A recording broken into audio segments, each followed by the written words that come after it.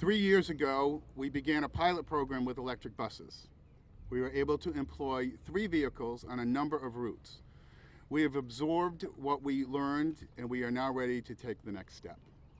This station will charge an electric fleet solely dedicated to the R line. This is our highest ridership corridor in our entire system. And the areas served by the R line have some of the highest poverty rates and highest asthma rates. This is a big win for the passengers of RIPTA, meaning that 20% of all of our riders will be served by electric buses starting next year. Finally, thank you to Senator Reid, Senator Whitehouse, Congressman Langevin, and Congressman Cicilline for their hard work in delivering the funding for this, and for Ryan and the FTA for their support. And it's now my pleasure to ask Governor Dan McKee to come to the podium and give some remarks. Thank you, Mayor, Director. Thank you so much for your leadership. And my dad always told me, look at, embrace these ideas that come before you as if they're your own, and work as hard as you can to make them happen, make them a reality. And that's exactly what I'm glad that Janet Coit's name was mentioned here, along with the people who have preceded us, Scott, in terms of this effort. But you need leadership to actually make it a reality, and you provided that. So thank you so much, Scott, for doing that. I want to just thank again our senators, our congressional leadership, Senator Reid, Senator Whitehouse, along with Congressman Langevin and along with Congressman Cicilline, for putting us in a place that Rhode Island is right now, leading the Northeast in our economic recovery. That doesn't happen without your leadership, Jack and Sheldon. So thank you so much again for the work that you've done preceding the pandemic, and then the heroic work that you have done out of DC, Washington, on behalf of the people of the state of Rhode Island since the pandemic has started, as we're getting ourselves out of it in an endemic stage, making sure that we're making the investments that we need to make. So thank you for that. Happy to always be here with the mayors, Mayor Hopkins and Elorza, and of course Scott and the FDA specialist Bartlett. Thank you for being here today. You all play an important role in making this a reality. Today we break ground on a project that is good for all Rhode Islanders. You don't have to live on the R line route or even be a RIPTA passenger to benefit from this program. That's because RIPTA's first fully electric fleet of buses will help us together reach our climate goals that we've established last year when we passed the Act on Climate. And we're committed to supporting Rhode Island's transition to a clean and affordable future. The future must include sustainable transportation. More electric vehicles means less greenhouse gases released into the atmosphere. And that is a key driver of the climate change and pollution-induced health impacts, especially in our frontline communities like Providence and Pawtucket. This project will mean cleaner air in our communities. And again, clean air and the economy are forever linked now in the state of Rhode Island. 2 months ago, I was in Providence at the Capital Good Fund, a company that helps make electric vehicle charging more accessible in their neighborhood. They have a charging station right here in their parking lot. There we announced our electric vehicle rebate program, encouraging Rhode Island residents and businesses to go electric and support the state's progress towards a net zero emissions economy. That's why in my budget we have included $23 million. Oops, check. You're okay? I'm fine. Oh, good, yes. Yes. So, again, $23 million in federal funds. I guess that shook up the senator here. Keep the money coming, Jack, please. Keep the money coming.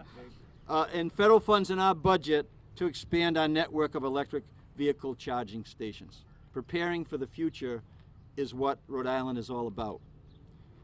This is a collaborative effort from our partners in the federal government to RIPTA, to municipal leaders, our business community, and all our individuals and advocates for a clean air, a clean environment, and a strong economy. Improving air quality and helping Rhode Island meet our bold but necessary emissions is our goal. And today's groundbreaking is an exciting step for that process. Access to public transportation, especially sustainable transportation like this. It is good for the economy. It is good for the people in the state of Rhode Island. And it makes it easier for riders to access jobs, educational opportunities, healthcare across all 39 cities and towns right here in the Ocean State. That access translates into a stronger local economy, which is good, again, for everyone in the Ocean State. So thank you once again to all our partners who have made this possible, and I look forward to seeing the fleet of electric buses on roads across our state and make us the state that is leading this charge, Scott, and showing that we can actually be this leader in Rhode Island and an example for the rest of the country to follow. Thank you, Scott. Thank you, Governor. Thank you very much, Governor. It is now my pleasure to introduce our senior senator. I'll tell you that when when we are together as CEOs of transit agencies, I often hear my colleagues talk about having to go to their congressional delegation to explain the benefits of public transportation. And I always tell them, well, I'm incredibly fortunate because I have an entire congressional delegation who not only understands that, but they've always understood it, and they always deliver to allow us to innovate and do new and creative things. So my pleasure to introduce Senator Jack Reed. Thanks, Scott. Thank you. Thanks very much, Scott. Let me recognize and commend the governor and the lieutenant governor for their great leadership, and thank you. And we also have Terry Gray, the DEM acting director, and Nick Ucci. Thank you very much. Special shout out to Scott Abedizian, who's done a superb job at RIPTA, and his board members that are here today, Bobby Kells and Jim Vincent. Thank you for your service too. Let me also recognize Senator Whitehouse, and he played an absolutely critical role in all of these efforts. And not only that, he has been the leader in the Senate to remind us that climate change is a critical issue, and we have to take every steps from electric buses to all sorts of other measures to get it done. And of course, Jim and David are always there making sure we get the job done. So let me also recognize Mayor Hopkins and Mayor Loza. My slippage over here was a result of talking to the mayor and confirming, as I understood because of my longevity, we're actually in the back of the Palace Theater, which when I was a boy was the social center of Edgewood and South Providence, and now it's a church. So here we are. Today is a great day, and we want to also thank Ryan Bartlett and the Federal Transit Administration. They just do a superb job for us. But we're here to celebrate the strides that RIPTA's been making in terms of electrification of its fleet, moving from diesel buses to the greener, more sustainable bus fleet for some time now. And this is not only an environmental step forward, it's also a financial step forward. I don't have to remind everybody what the price of diesel is today. And if we had an entirely electrified fleet, I think the bookkeepers at RIPTA would be much, much happier. So this is about economics as well as about climate. And I've been advocating for programs like the low-no emissions bus grant program for years, and we were able to grow that in the last several appropriations bills, and I have the privilege of serving on the appropriations subcommittee for transportation. And we also worked with RIPTA to get $11 million in competitive grants through this low-no emissions program since 2008. And the delegation worked together to get a $4 million earmark this year to support the electrification of buses at Aquidneck Island. So we are within, I think, at least shouting distance of having a fully electrified transit system, the first one in the United States, and that should be our goal. And as Scott and the governor pointed out, the R line is 20% of the ridership. It also goes through some of the poorest neighborhoods that need transit to get to work. And also, they're suffering from asthma. With an electric fleet, that is going to improve not only access, it's also going to improve the quality of life. So we've got more to do. We're working on it, and again, we won't stop until we have a fully electrified electric transit system in the state of Rhode Island, and we'll continue to be number one. Thank you. Thank you all. Oh, you want me to introduce? That's okay. Okay. Thank you, Senator Reid. It is now my pleasure to introduce our junior senator, Sheldon Whitehouse, who is no stranger to electrification projects and electrification advocacy. We can always count on him to work with us to make sure that we are using cutting-edge technology to be where we need to be in our transit system, and it's my pleasure to welcome Senator Whitehouse. Thank you, Scott, and congratulations. It's terrific to be here with Senator Reid, with the governor and the lieutenant governor, with Mayor Alorza and Mayor Hopkins, and to recognize the RIPTA board members who've had such an important role in this, Bobby Kells and Jim Vincent. Terry Gray, congratulations. I gather your name is in, so you might be official before too long. I certainly hope so. Commissioner Ucci, good to be with you as always. Particular thanks to Ryan Bartlett from the Federal Transit Administration, and then to National Grid, who've been very helpful through this whole process. And frankly, the more we electrify the fleet, the happier National Grid is going to be. So we're delighted that we're so aligned on this subject. As Jack said, transportation emissions are a very big part of our carbon emissions problem in this state. And in addition, by going electric along the R line, we're going to reduce fumes and particulates and things that are local pollution issues, not just national and international climate issues. So this is really good news.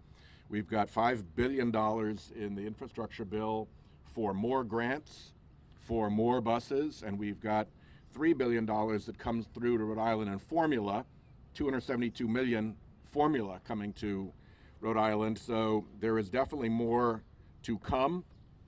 And I want to close just with a quick story. As some of you may know, I badger ExxonMobil and the fossil fuel industry. And one of the ways I've badgered them was that ExxonMobil wasn't reporting to its investors what it needed to do to face the problem of climate change. And we finally got a couple of very big investors to join us, and as a result, ExxonMobil had to write a report explaining what it was going to do in a climate hazard future. Well, one of the things that they told the world in that report was that by the year 2040, the number of electric buses and heavy-duty trucks in the world would be 0. And I was concerned about that number because we'd already ordered 3 here in Rhode Island, so I knew that was wrong. And China has, I don't know, a couple 100,000 running now, and you could see this pipeline emerging. So I just want you all to know that as important as this day is, as far as Exxon is concerned, none of this is happening. Thanks so much.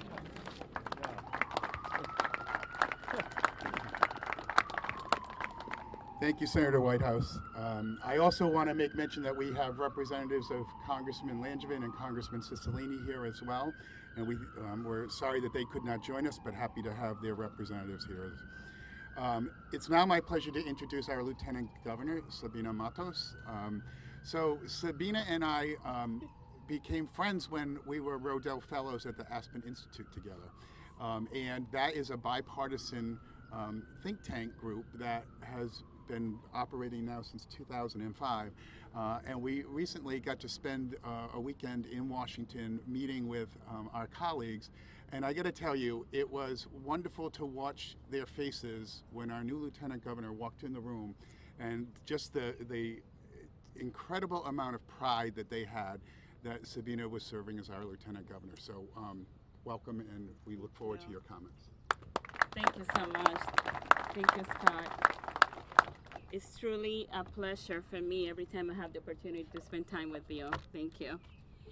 I just want to say we are so lucky because, as the director was telling us right now, just going into a bipartisan event like we were and talking about the great access that we have to our federal delegation and how they understand the needs of our community. They don't understand that. We had those conversations like, what? You talk to your senator, you see them, you talk to your congress member, and we are so fortunate here in the state of Rhode Island, and we have to recognize how fortunate we are, and also recognize Senator Reid and Senator Whitehouse, Congressman Langevin and Cicilline, for everything that they do to bring resources to the state of Rhode Island. And as the senator reminded us all today at our earlier event, they work really hard to bring resources to the state, and then the governor puts together a good plan for us to spend it right here. So that's the way to do it. I'm honored to be here also with our colleagues in the Mayor Hopkins and Mayor Elorza. It's always a pleasure to be back. You know, I have that connection to city government somehow. And also, I want to thank Governor McKee for the effort that he's making sure he's putting to work together with our directors to get things done. It's always a pleasure for me when I have the opportunity to work with Director Abedishan, also with Director Grade and Commissioner Uchi, because they get it. They're making a priority for us to work to make sure that we start getting ourselves prepared for the climate change that is coming. Climate change is real. And they're making sure that we're working in a way in which we're including everyone, that not community is gonna be left behind.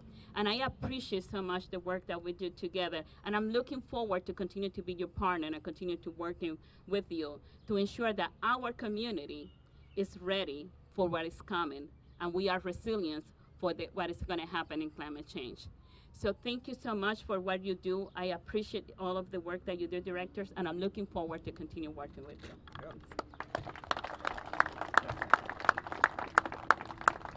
Thank you, Lieutenant Governor. So this is an interesting project because it straddles the cities of Cranston and Providence. So we're fortunate that we have good local municipal partners, and I'd like to ask Mayor Ken Hopkins to come to the podium now.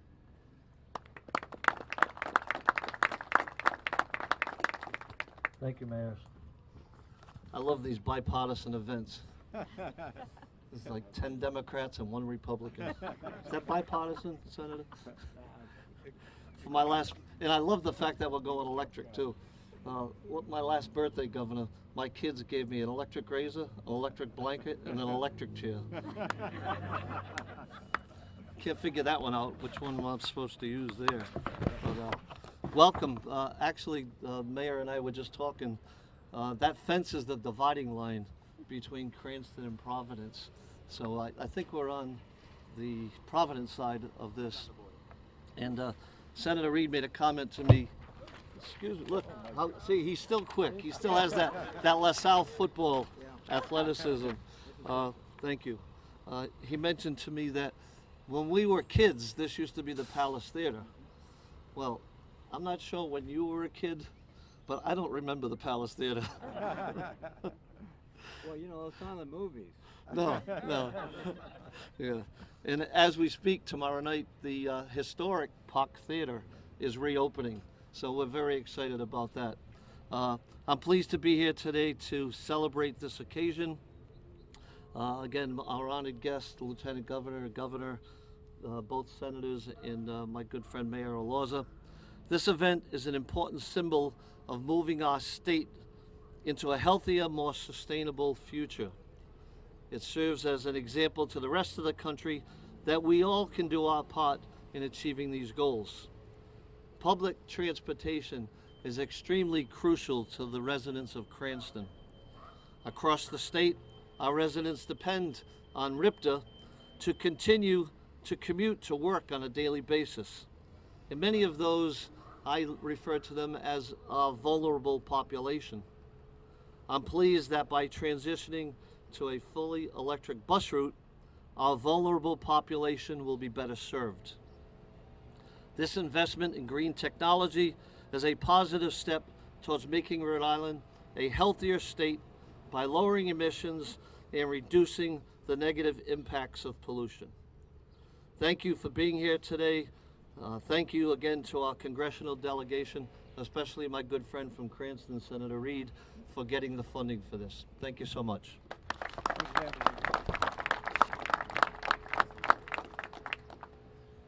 Thank you, Mayor.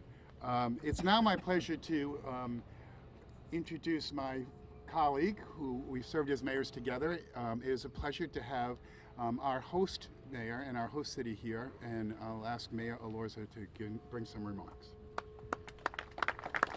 Thank you, Scott. Good morning, everybody. And I want to add my voice and give thanks to all the different people who made this possible. Our senators who are always representing us so well in Washington, Governor McKee, LG, your entire teams. We appreciate your leadership on this. Mayor Hopkins, always appreciate the partnership. The FTA. Also want to recognize a couple folks that are here with us as well. We have Jim Vincent representing the NAACP. You know, your presence is always appreciated, regardless of the issue. Want to give a shout out to National Grid as well. We appreciate your partnership. And Bond Brothers. Someone has to do the work, and you know, brothers and sisters who, you know, do the heavy lifting, quite literally. We appreciate you. So, we know that transportation represents one of the largest sections of climate change pollution here in our state. Climate change, unfortunately, is threatening our way of life and is threatening the future of our city and our state. So it's so critical that we work to eliminate climate pollution from transportation networks, energy systems, and our waste stream. Transitioning our transportation network from dirty diesel energy to clean electricity is just a smart decision for all of us, and particularly for our neighborhoods. These electric vehicles, they're going to keep asthma irritants that are exhausted from diesel motors. It's going to keep them out of the air that we breathe. It's going to drive down asthma rates, and this healthy air means less sick time for our kids and more time that they can spend enjoying our neighborhood schools and parks. These new inline bus charging stations, and of course these electric buses, they align with the city's climate justice plan. In Providence, we've installed new charging infrastructure at several locations, and we also recently purchased 15 new electric vehicles that are already operating as part of the city's fleet. Together, we're working to keep air and climate pollution out of our neighborhoods, and this strategy is going to help create the pathway to becoming a carbon neutral city by 2050.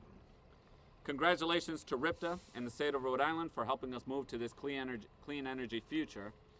And thank you to all of our partners on this project for your assistance, your leadership, and in helping the city of Providence become a greener and cleaner city, along with the state of Rhode Island. On behalf of the city and all of our residents, we appreciate your work, Governor, RIPTA, our senators, Mayor Hopkins, everyone involved to make our neighborhood safer, cleaner, and environmentally friendly. Thank you and congratulations.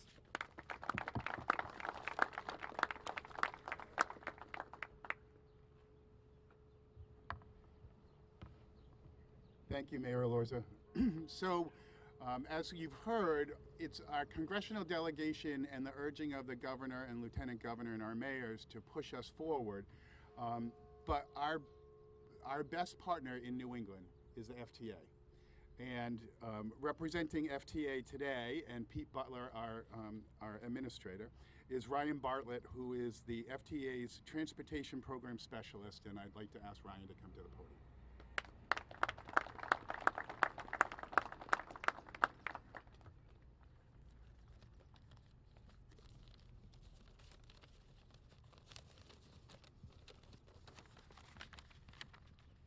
Well, thank you, Scott, and good morning, everyone.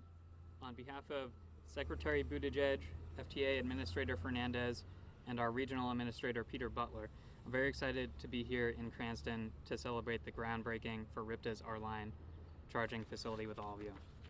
And I want to thank Senator Reed and Senator Whitehouse for your continued support and advocacy for improving public transportation in communities across Rhode Island. Thanks to your dedication and leadership in working to pass the bipartisan infrastructure law, FTA has more resources than ever to invest in projects like this that connect Americans to jobs, healthcare, education, entertainment, and much more. So thank you. FTA is proud to support RIPTA's transition to a cleaner and greener bus fleet. This electric bus inline charging station will help RIPTA advance its goals and improve air quality and address our global climate crisis.